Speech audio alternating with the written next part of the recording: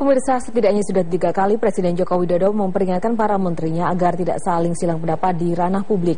Namun perintah Presiden seakan tidak mempan untuk membuat para menterinya patuh. Saatnya bagi Presiden untuk mengevaluasi para menteri yang membuat kinerja kabinet terganggu. Kegaduhan demi kegaduhan terus dipertontonkan elit negeri ini. Bersambung tidak pernah putus, bak serial sinetron yang seakan dicari-cari kelanjutannya. Mereka berargumentasi menciptakan polemik di ruang publik. Padahal, bangsa ini tengah membutuhkan kebersamaan, kekompakan untuk menuntaskan berbagai kendala yang menghadang. Terlebih di dalam pemerintahan, satu pemahaman, ucapan, dan sikap untuk mewujudkan visi besar Presiden jelas sebuah keniscayaan. Namun ternyata kondisi ideal tersebut belum terwujud meski pemerintahan Presiden Joko Widodo dan Wapres Yusuf Kala telah berjalan lebih dari setahun. Kesengkarutan pendapat di ruang publik mestinya tidak vulgar diumbar karena hanya akan menggerus kepercayaan terhadap pemerintahan.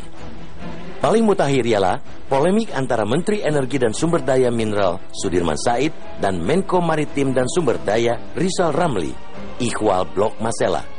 Rizal Ramli tanpa tedeng aling-aling menyuarakan pemerintah memutuskan pengelolaan Blok Masela di darat. Entah Rizal dapat wangsit dari mana. Yang jelas, Presiden Jokowi sendiri membantahnya. Ucapan Presiden tampaknya tidak cukup. Perdebatan berlanjut. Silang pendapat mengarah saling sindir di antara para pembantu Presiden. Bahkan, polemik terkesan berubah jadi serangan personal. Ikhwal bikin gaduh, perilaku Rizal Ramli bukan yang pertama. Ia yang bagian dari pemerintah pernah mengkritik program pemerintah yang membuatnya berpolemik dengan Wapres Yusuf Kala terkait dengan proyek listrik 35.000 megawatt. Ia juga pernah menyerang Sudirman dalam perpanjangan kontrak Freeport. Lalu, Menteri Kelautan dan Perikanan Susi Pujiastuti berteriak memprotes kebijakan Menteri Perdagangan Thomas Lembong terkait dengan impor ikan olahan. Percecokan juga terjadi antara Menteri BUMN Rini Sumarno dan Menhub Ignatius Yonan soal kereta super cepat Jakarta-Bandung. Aneh memang, soliditas pemerintahan pun jadi dipertanyakan.